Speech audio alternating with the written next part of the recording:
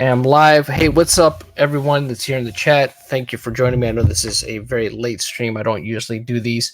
You'll notice that I'm probably a little bit tired. It's because I've been going to sleep a lot earlier lately. So I try to take a little bit of a nap before, um, checking out this episode here.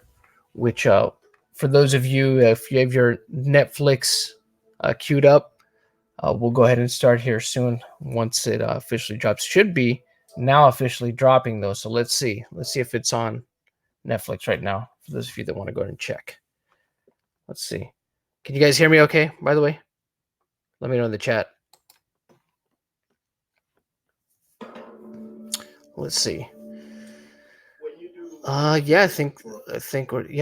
think let's check for the episode here. Let's see. Where is it? Go down the list. Go down the list. There it is, Mighty Morphin. Right there. Second episode. All right. So, hey, what's going on? All right. What's going on, Mac? Go to the Mighty Morphin Power Rangers episode. There we go. All right. So I'm going to do a little bit of a countdown here for those of you that are checking out Toys That Made Us right now. I'm going to go ahead and do a countdown. If you guys want to start on the episode here with me, I'm going to be starting it in 3, 2, 1. So let's see. Here we go. Starting it up right now. And of course, I'm not showing it here on the stream just for y'all know, trying to avoid any kind of copyright and whatnot. I will be. Here we go. Appreciate that. Thank you. Thank you, Anshoma. Oh, look at that. Andre Nerd. Andre the Black Nerd, isn't it? I mean, I kind of knew to expect him in this, though. Yeah. There's Scott Zillner, owner of Power Morphicon. Oh, there's me. Awesome. Right at the beginning of the episode. Cool. And there's Haim. Cool. There we go. They showed Stan. They got to give props to Stan. It'd be interesting to see how they talk about Stan in this episode. They're showing videos from Power Morphicon. There goes Walter Jones. I knew he was going to be in this. David Yost. I knew he was going to be in this. I think they're the only two Rangers that are actually in this episode. Here we go. There they go. The Toys That Made Us theme, that one that everybody knows, that they've heard before. You know, the cheesy animated intro is playing right now. That's pretty cool. Let's see. So yeah, the Toys That Made Us. Funky intro there. Okay, so here we go. Blue, black. All right, let's see. Try not to ruin too much here, though, for those of you. I'm doing a live reaction, in case you know what I'm doing. Ohadros, I'm doing a live reaction kind of commentary here to the Power Rangers episode in the Toys That Made Us. I'm not playing the video, like I said, because I'm trying to avoid any kind of copyright claims or, any type of shutdown on the stream. So, okay, let's see. So they talk about Power Rangers. Okay, let's see. Like I said, anybody that wants to coincide, kind of watch it. Let's see. All right. Here we go. Let's see until we get to Japan. There we go. They're talking. It's good. They're starting from the very beginning, going all the way back to the 70s. They're showing Ultraman and some transforming, some older tokusatsu shows from back then. To kind of build up the context here, which is good. They're doing. See, this is what I'm talking about. They're comparing the kind of stuff that American kids enjoyed growing up. Mark Belomo, I believe he's been in previous episodes of Toys That Made Us. Okay, Ohadros, thank you for stopping by. Tokusatsu special filming. We're defining Tokusatsu. There we go.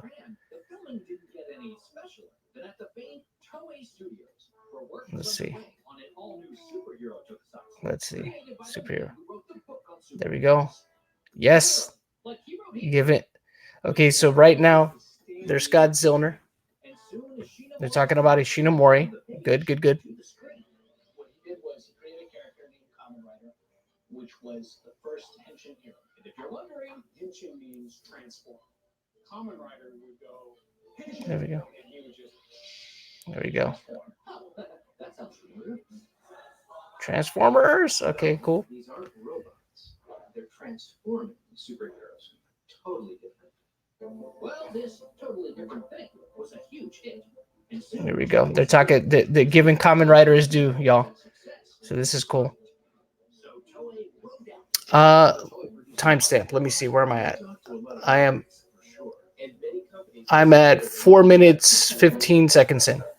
They're talking to the Japanese executives now. So they talk about Bandai Japan now in the episode.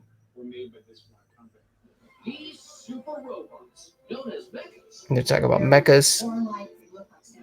This is cool. What's your opinion on making a female leading commenter? Anything is possible. Let's see. They're showing. They're talking about. They're showing like. I know this is something that they're regular doing in Japan, where the employees work out before starting the workday. Yep, it's finally out. It's live right now. The Kamen Rider Henshin belt. They're talking about Kamen Rider's Henshin belt. Here we go. Here we go. This is cool. They're really spending a lot of time talking about Kamen Rider, so that. Oh.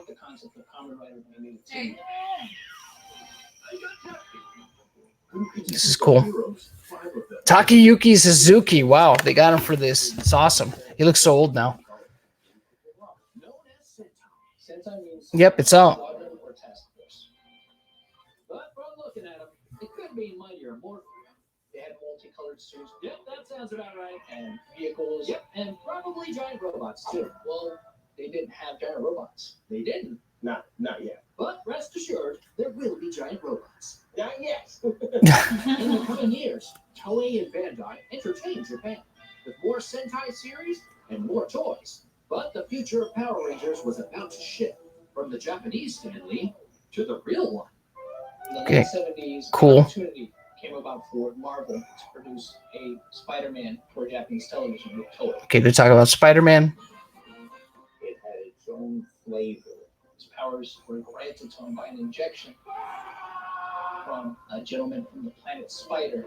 And when he would come across his enemies, he would say, "I am the emissary of hell." Cool. They have my part in it. Don't worry. Spidey was still a good guy fighting baddies. They kind of cut it a little bit in an interesting way. I explained that a little bit better when they initially filmed me doing it, but it's fine. I mean, I expected them to do that, so.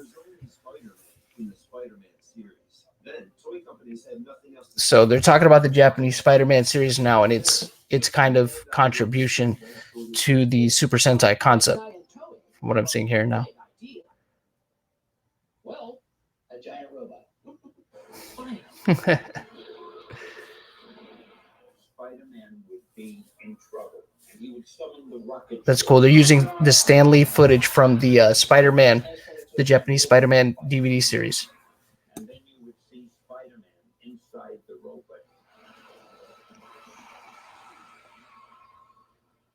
That's great. That's great. Well, the kids thought so too. Spider-Man's giant robot gave Bandai and Toei a super idea. They took what they figured out from Spider-Man. Guy, robot, monster, fight that monster. It's funny because in my lower thirds they put filmmaker, which is weird, but it's fine. And they put my name with an H in my lower thirds,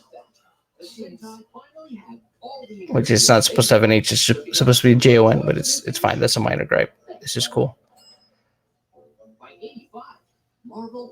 Here we go.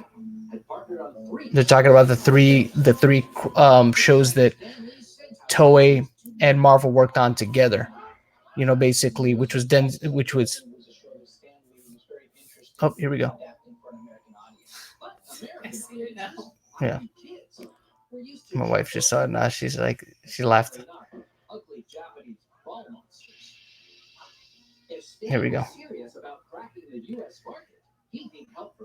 Okay, so interesting. My name is Margaret Lash. Yeah. When I was with Marvel, I was Stan Lee's boss. And as CEO of Marvel's TV division, Margaret was everyone else's boss as well. That's interesting. I first got into children's programs in 1975. So they're talking with Margaret Lash right now. Ever since, I've done Muppet Babies and Smurfs. G.I. Joe's. X-Men, Batman, Animaniacs. Not a stinger in the bunch. Interesting. Version of Scooby-Doo. Hold up, which version? It was with Scrappy. Scrappy. Scrappy-Doo aside, Margaret was a vision. If anyone could see the potential in Super Sentai, it would be her. It's cool. He came into my office one day with a 3/4-inch video cassette. He said, "Maggie, you gotta look at this."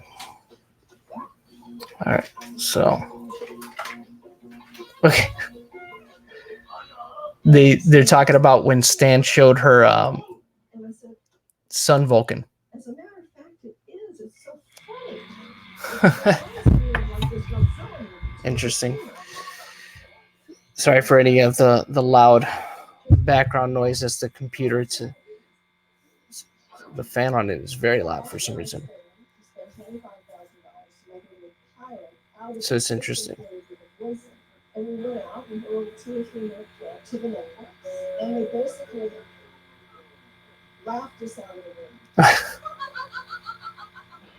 The reaction went from, how could It's you do interesting. something stupid to, this is horrible, it's too violent. For those of you that are watching this right now, this is a lot of it is stuff that you could find out if you research enough. But it's just interesting hearing it from some of the people involved, like Margaret Lash sharing her side of it. It's pretty interesting. So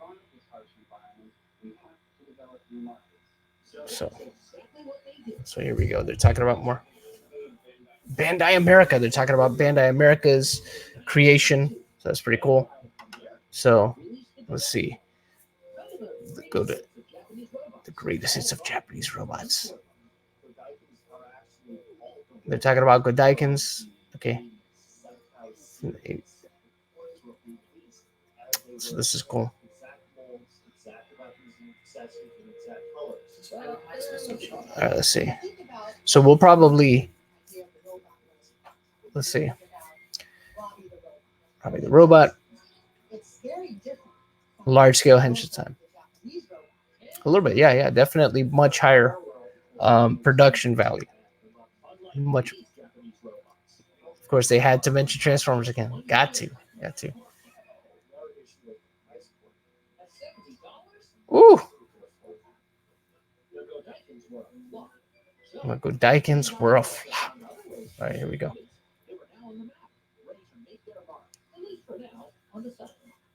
So that's cool. Let's see. Here we go. I think they're going to talk about Dynaman. Let's see. Oh, here we go. I'm talking to Haim Saban. Haim. Who's pronouncing his name.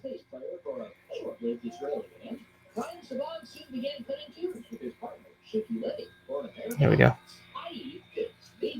There they go. They're talking about when Haim worked basically making theme songs for popular 80s cartoons, where he was basically making music for a lot of different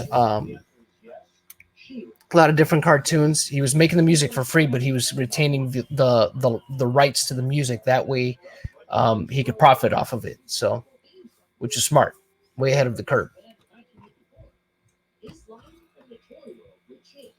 So they're talking about when he's telling this story. I've heard him tell this story before.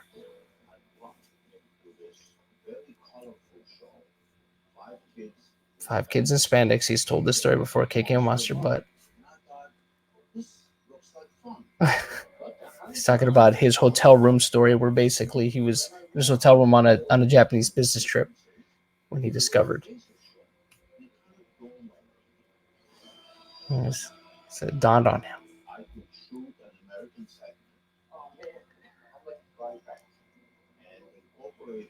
He's talking about coming up with the idea of including American footage, and splicing it with the Japanese footage to create an American show, which honestly, that could come into question a little bit there, because that was a concept that was thought up by somebody else before him. So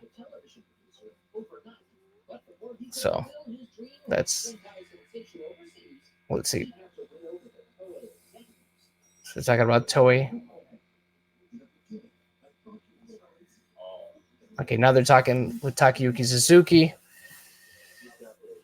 Them thinking that he was crazy. Some of the execs, when he so he's talking about his love of Sentai. Okay, so they're talking about him acquiring the rights to Bioman. Yes, the Bioman pilot that's never really seen it in its entirety just yet. The one that's kind of the one of legend. So let's see.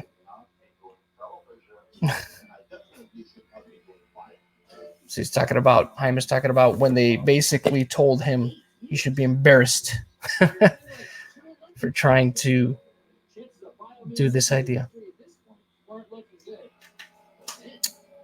Here you go. 1992. Margaret Lash. See, this is another thing that kind of, my understanding is making it seem like he met. Wait, I don't know.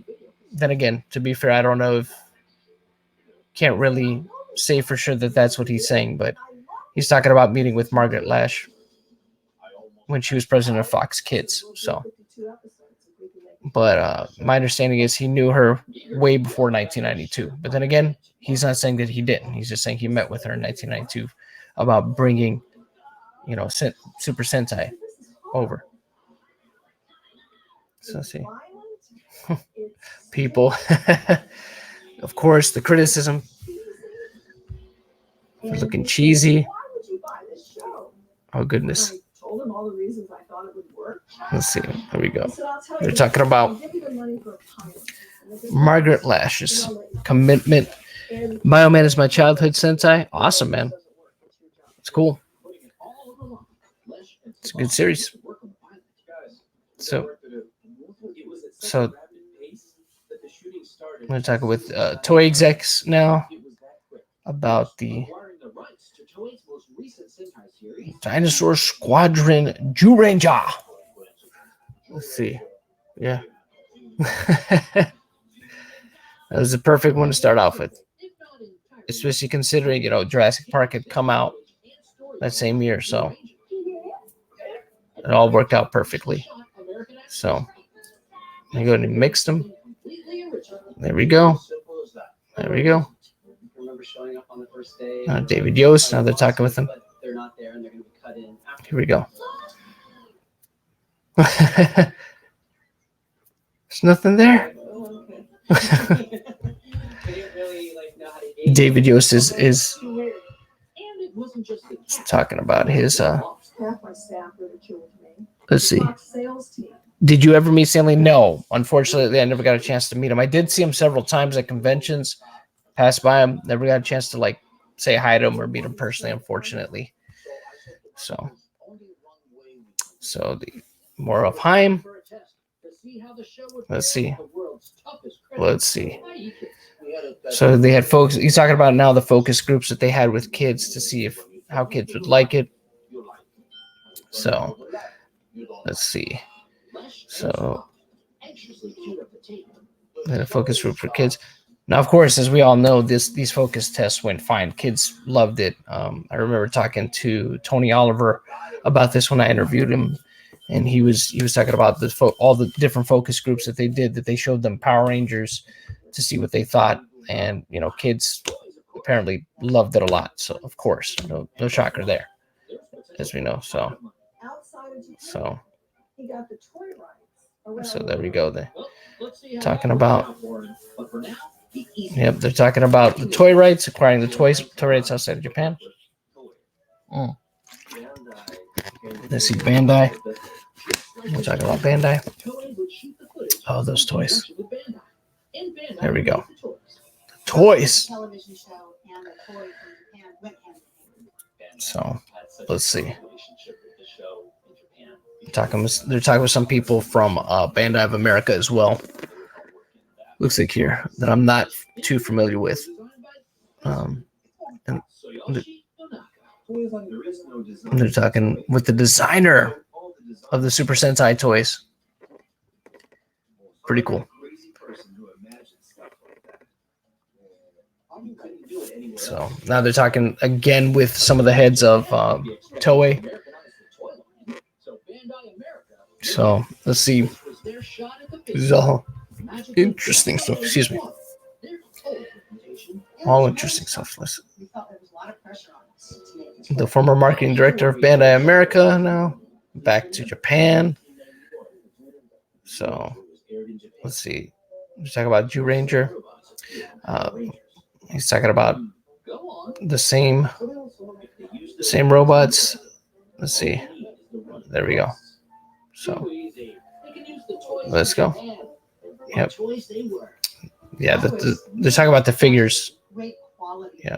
And the great quality of the Japanese toys. Go figure. Yeah, of course. They were much better. They were fantastic. The 8-inch Mighty Morphin figures. I'm sure everybody remembers those. Those were cool.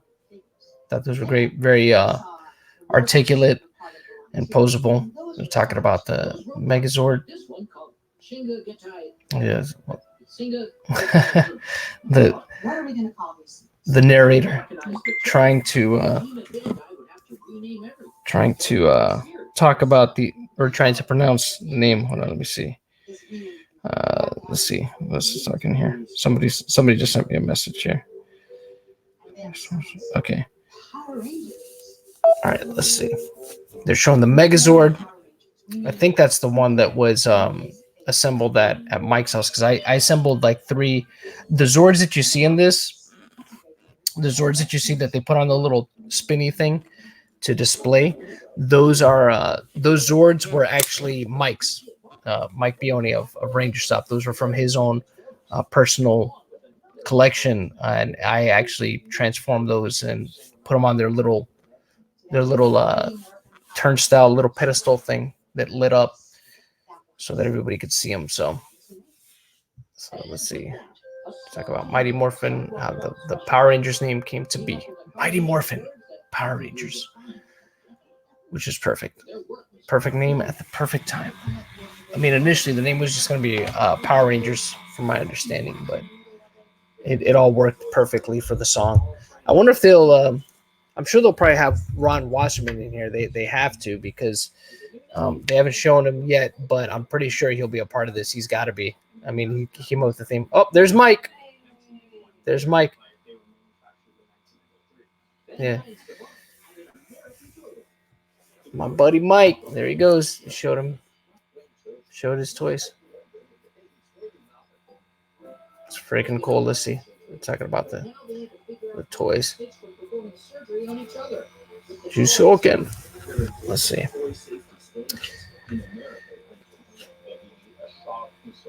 So they're talking about the different toy safety standards. So they're talking about. Let's see. Oh. It's talking about the show almost not getting aired.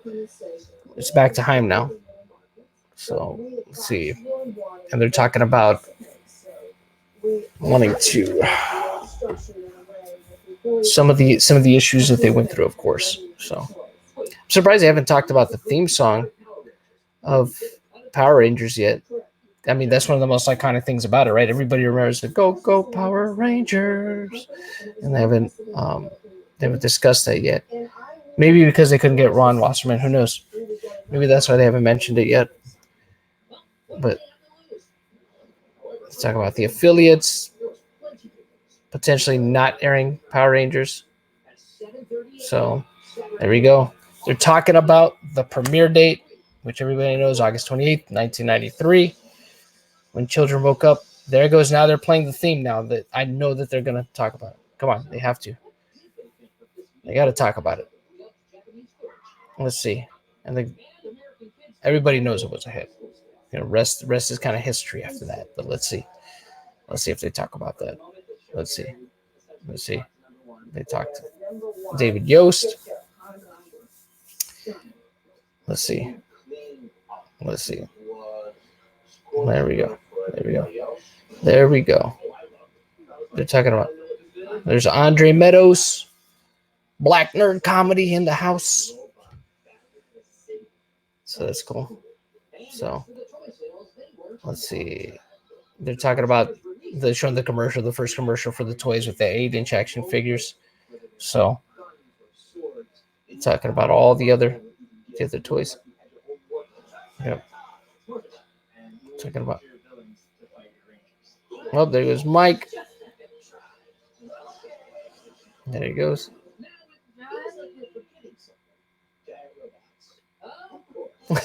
They used my scene again where I said giant robots.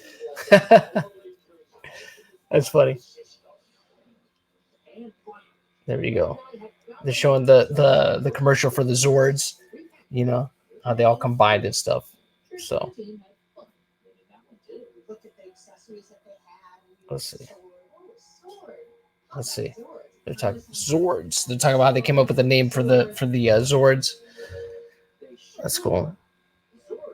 Yep. Perfect. So the Zords, those Zords from the early days were so cool when they actually used the Japanese molds. Kind of makes you wish they would have stuck with that, right? The Bandai would have stuck with that. So we all know how that ended up. It's all good though. David Yost talking about the Megazord. There we go. Dragon Zord. Oh yeah, there we go. Those are all the Zords that you see in that are combined on the little spinny thing. I assembled those in the dark footage. The dark footage where it's on the little spinny pedestal thingy. Those are Zords that I assembled at Mike's house that he had and they're from Mike's own collection. So just a little bit of a little bit of trivia there for those of you. So let's see. They're talking about the toys and how the toys sold.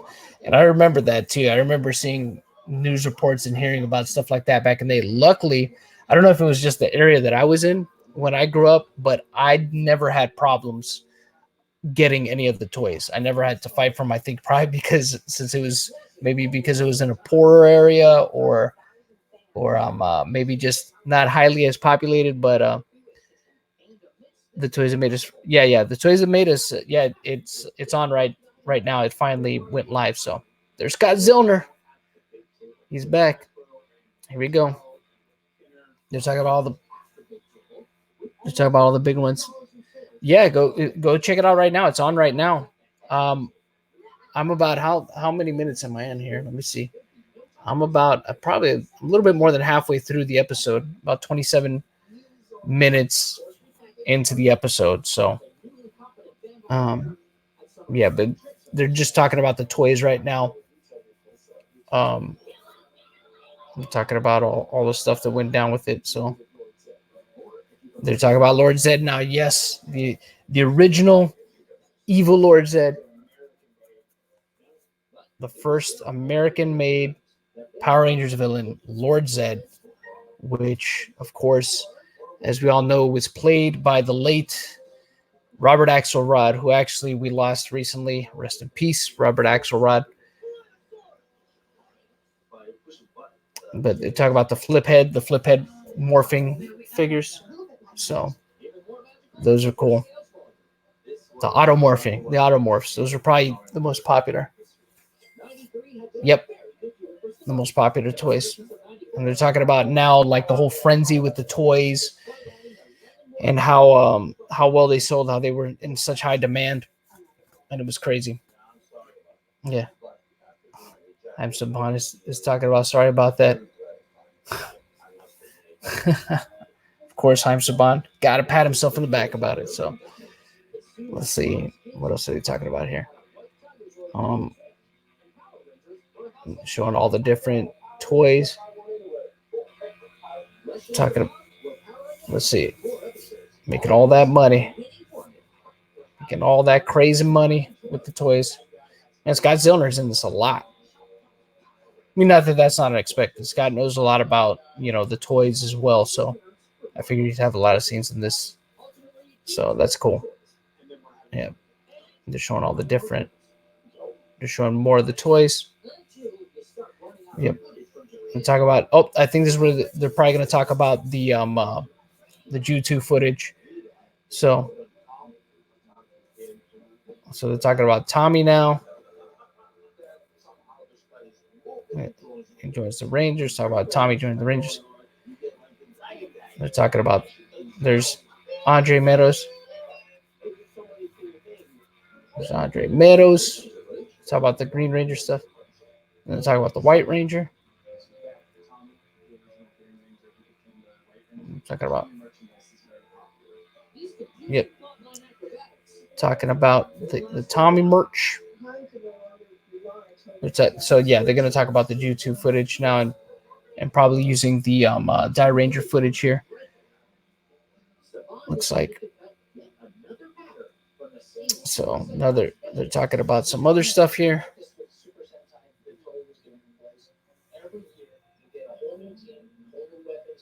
There I am again. That's cool. There we go.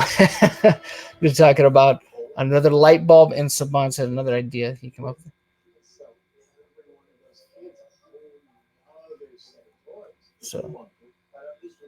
So now they're talking about, finally doing the annual. Yeah, there we go. You saw that? It's funny because they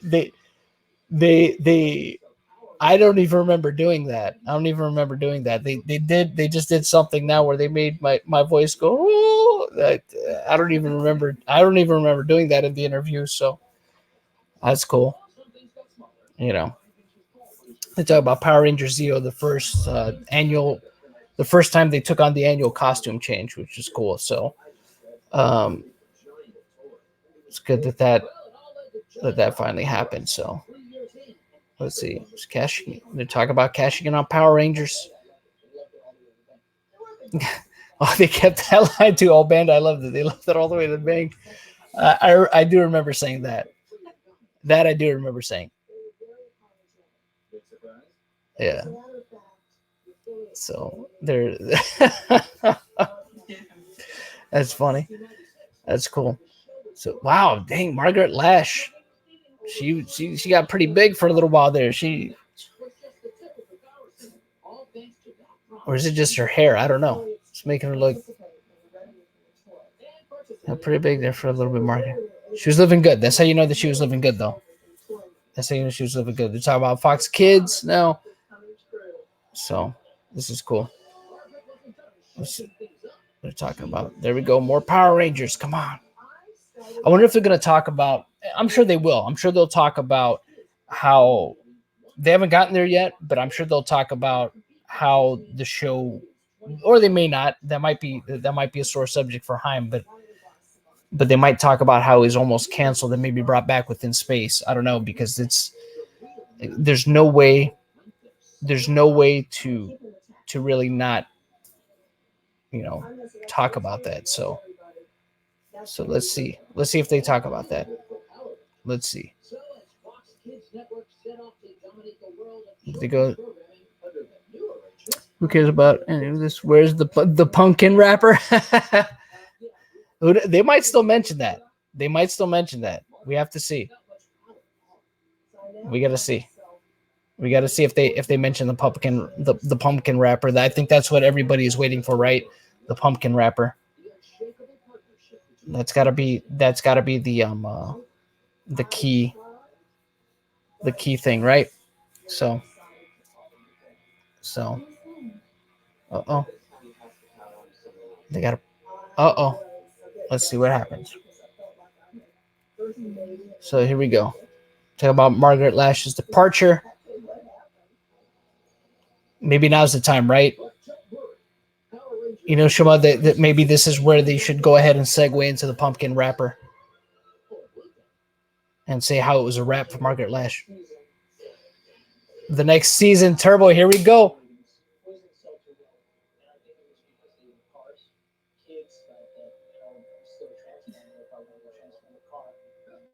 Yeah. Oh, wow. They are going to talk about Turbo. Ooh.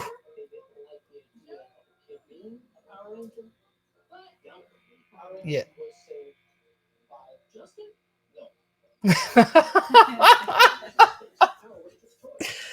That's hilarious. They are talking about how it was saved by In Space.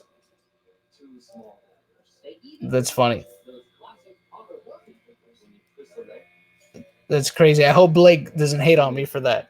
Oh, Blake's not going to take that personally. An adaptation of Kamen Rider Zero One using elements of decades in Geo to introduce all the Rider One series. What do you think? Maybe. Wouldn't be a bad idea. Zero One wouldn't. I mean, people seem to really like Zero One so far. So, using a popular Kamen Rider series to kind of reintroduce people to Kamen Rider once again isn't a bad play. Oh, no doubt, man, no doubt. You know, who doesn't love the pumpkin wrapper? Who doesn't love the pumpkin wrapper? The pumpkin wrapper is good stuff. So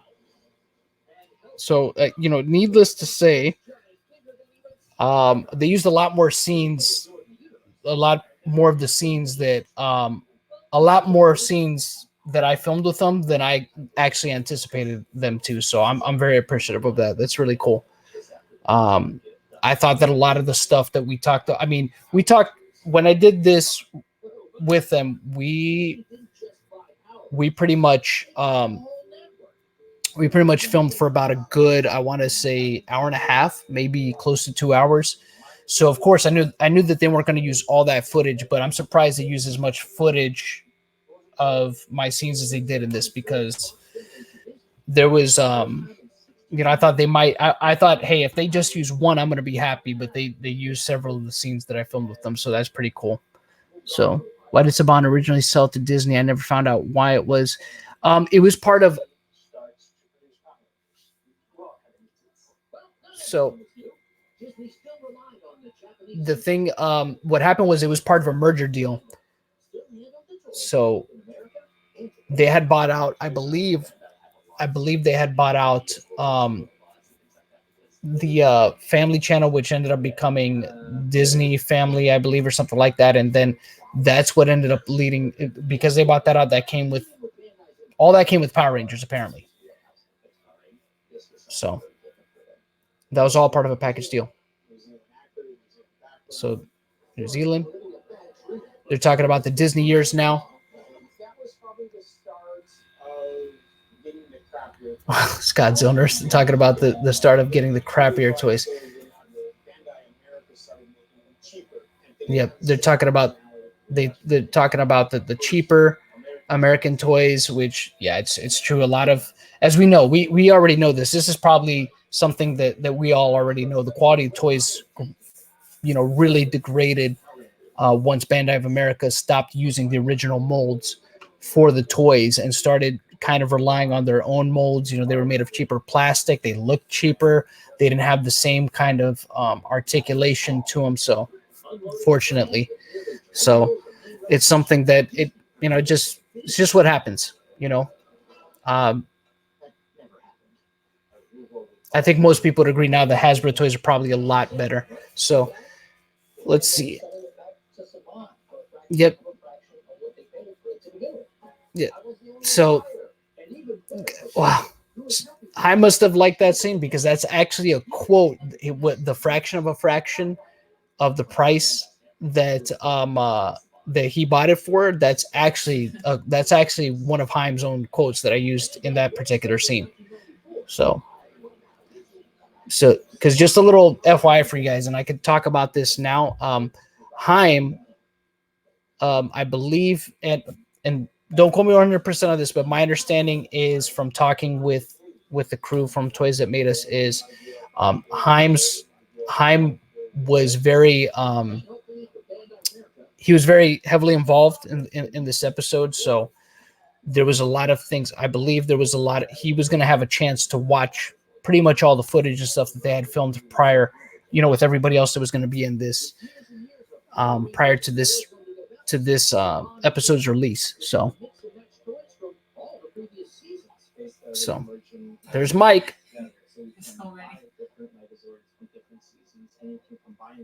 So he's talking about the Megazords. There's my boy.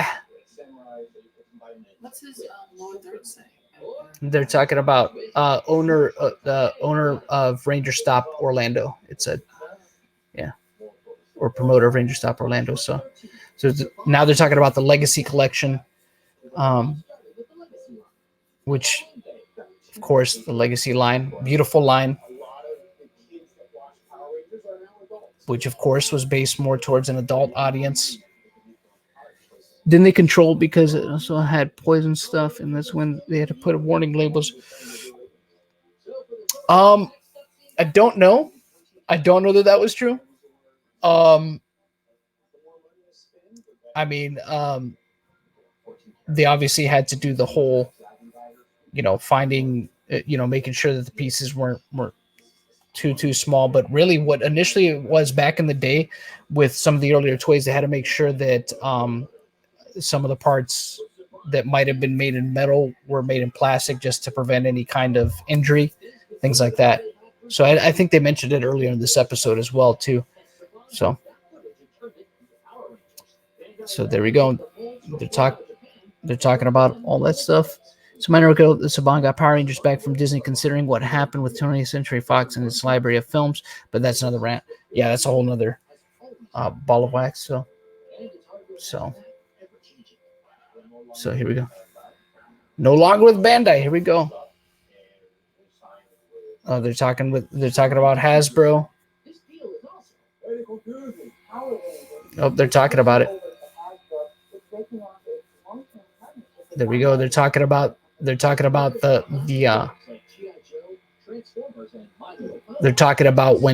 Haim Saban sold the rights over to Hasbro.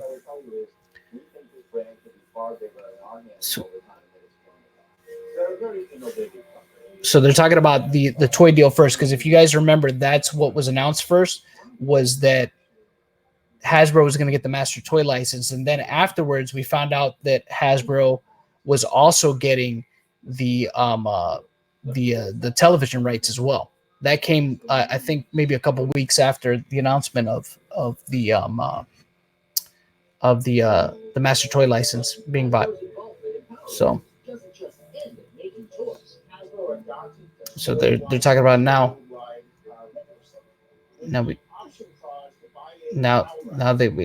they got completely bought it over. Yeah, they're talking about that. Hasbro's got a hold of it. The $522 million media deal. There we go. Yep, that's cool. It's cool that they're talking about this. That they actually decided to talk about the Hasbro stuff. Not. I mean, it makes sense that they would. I mean, it's part of Power Rangers history now as well. That Hasbro has it. So they're talking about it. So be interesting to see. They're talking about how all that kind of merged together. So that's going to be crazy.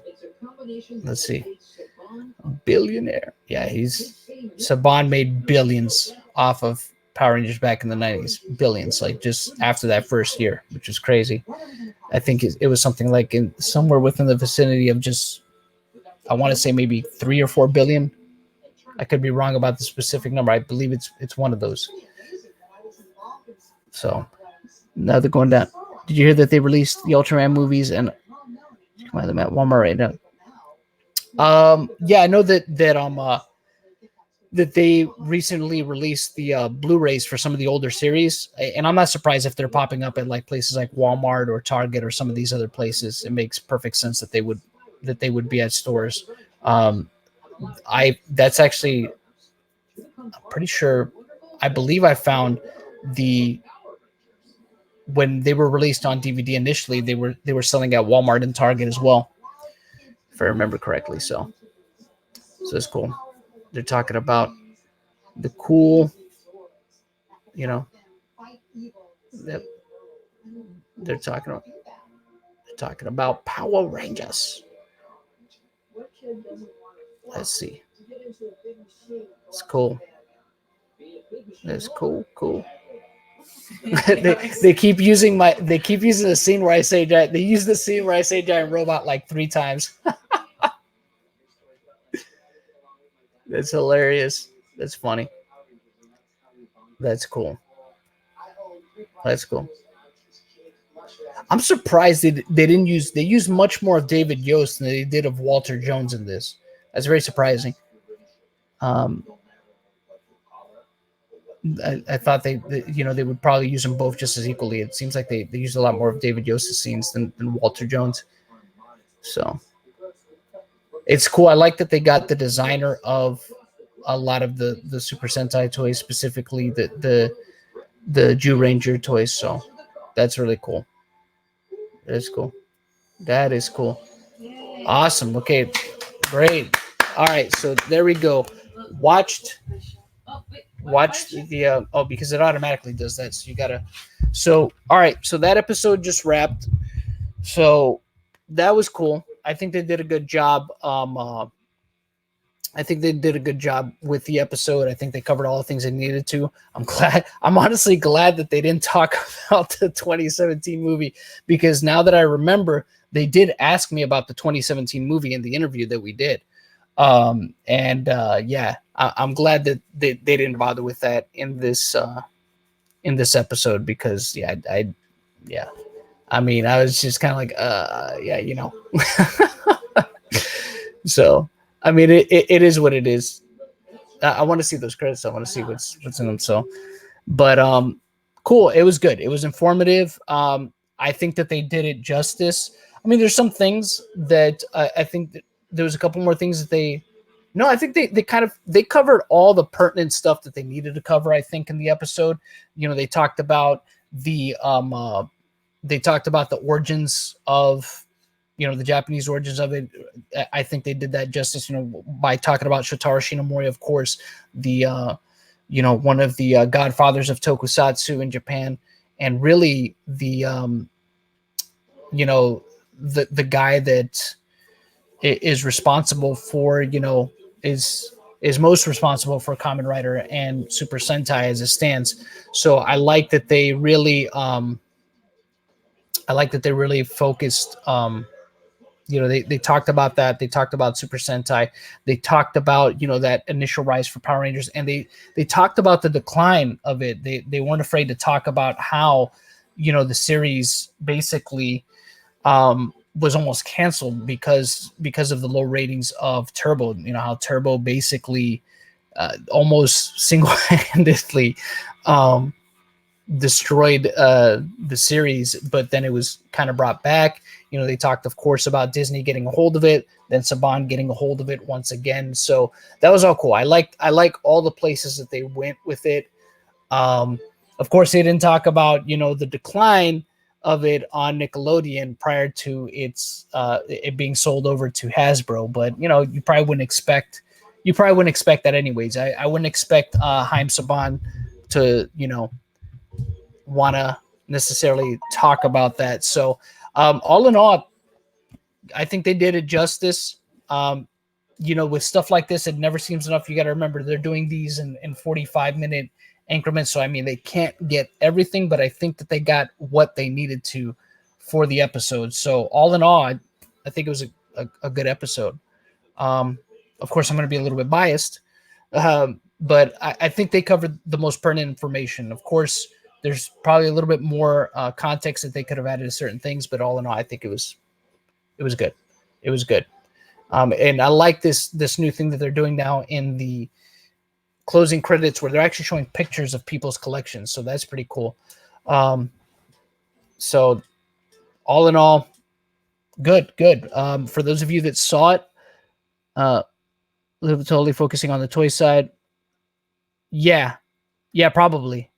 No, I get exactly what you're saying. In Oshima, yeah, they focused on the most pertinent stuff for sure. So I think that they did it justice. There might be people that probably look at it and think, well, they didn't talk enough about Super Sentai and stuff like that.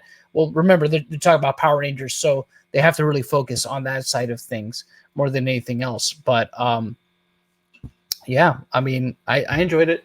I thought it was good. It was fun. Like I said, I was grateful for the opportunity to work on it. That to me was,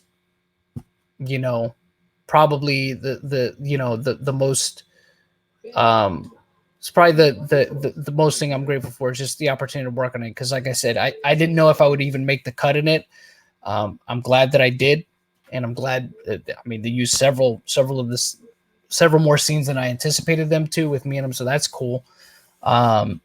But all in all, I was just grateful for the opportunity to work with a professional crew on a professional production, a professional documentary series. So it's awesome, and what's cool is I got a chance to feature my buddy. If you guys look at the scenes that I'm in, you'll notice some of the artwork. I'm sitting next to the piece directly to my right is a piece by my buddy James Griffiths.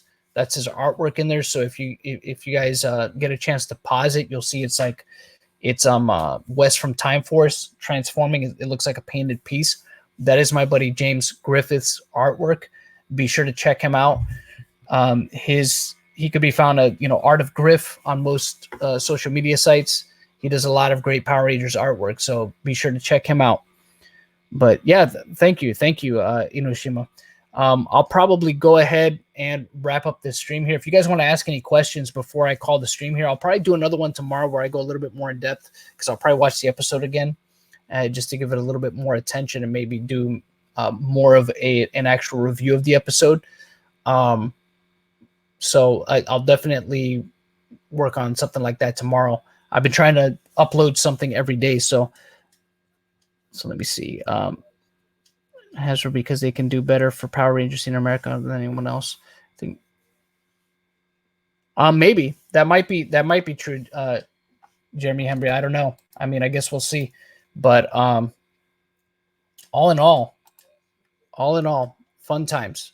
I think it was a lot of fun. I hope you guys appreciate the stream. I know at certain points I wasn't paying too much attention because I was trying to look here, but I was trying to do both. So I hope you guys, what's going on, Carano? You joined the stream kind of late, buddy. I'm guessing Rakata's still streaming, right? Rakata's probably streaming tonight. Oh, you've been watching for a while? Oh, well, you should have said something sooner, bro. You should have said something earlier. Can you take off the subtitles? Subtitles on there, yeah. Take one for me too, so I could send it to him. So, thanks, bud. Thanks. I'll probably do more of an in-depth discussion, like I said, tomorrow. Because I'm going to watch the episode over again just so I could pay a little bit more attention to it and maybe give something more of a review overall on the episode. Because right now I'm just giving my kind of more of my first impression thoughts on it. And I kind of only partially paid attention to it because I wanted to also converse with y'all, like I said, while I was doing this kind of running commentary on it. So thanks for having us in your live stream, Pumpkin Rapper Forever. Yeah, Pumpkin Rapper Forever. I had you on the TV law. Oh, no, you're good, man. You're good, brother. It's all good, Chrono. It's all good. Like I said, I'll probably do more of an in-depth stream tomorrow where I can talk about it in a little bit more detail, like I said, because then I'll have more of a chance to. I think I'll have more of a chance to elaborate on certain things once I've had a chance to really pay attention to everything going on in the episode, because I was mostly paying attention, but my full focus wasn't on it as much as it could have been. So we need a lightning pumpkin rapper figure. That could happen. Daniel Romano. We could end up seeing that. So We could end up seeing something like that. You know, a whole lightning collection with everybody's favorite pumpkin wrapper. So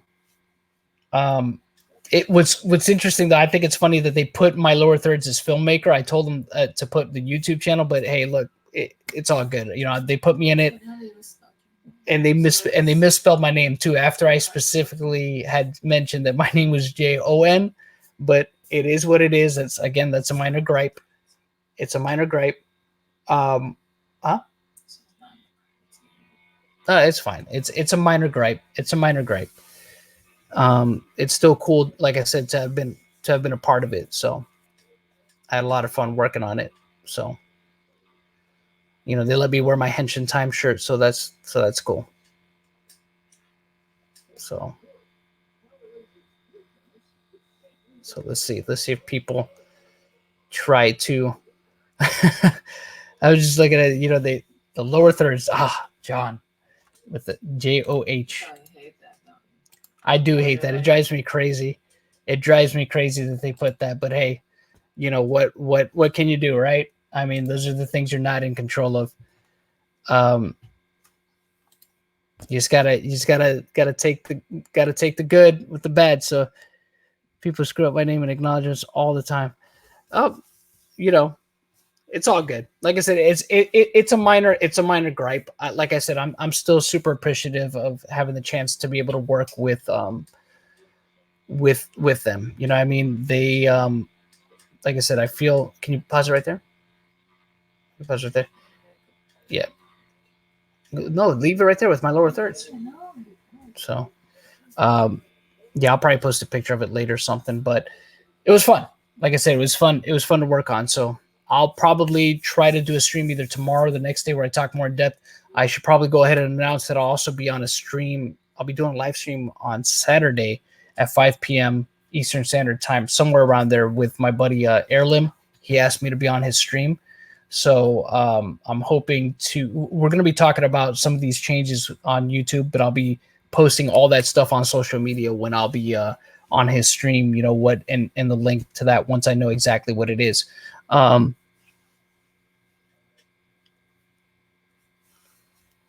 LOL. No. It's fun times. Yeah. I enjoyed it. I wonder if that'll get me any kind of hate from I'll be honest, I'm not that big of a fan of pumpkin wrapper, but lightning figures or other classic monsters would be awesome. So yeah, I mean, I'm sure they could probably do a couple of them. I mean, I could see them doing.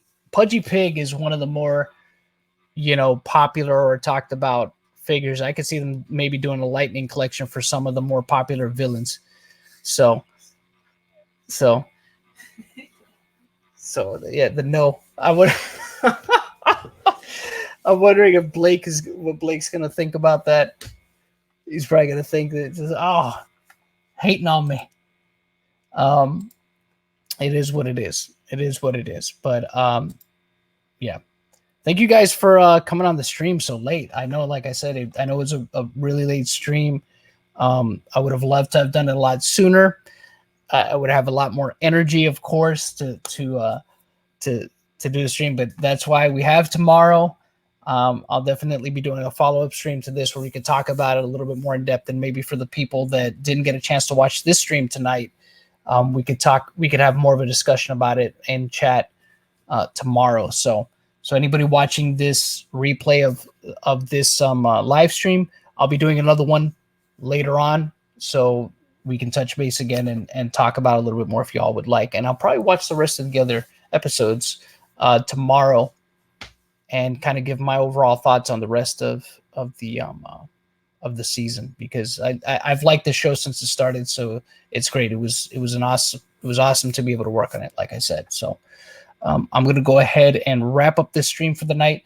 Thank you all once again for joining me on this very late stream. I'll be doing another one again soon, promise. Thank you once again.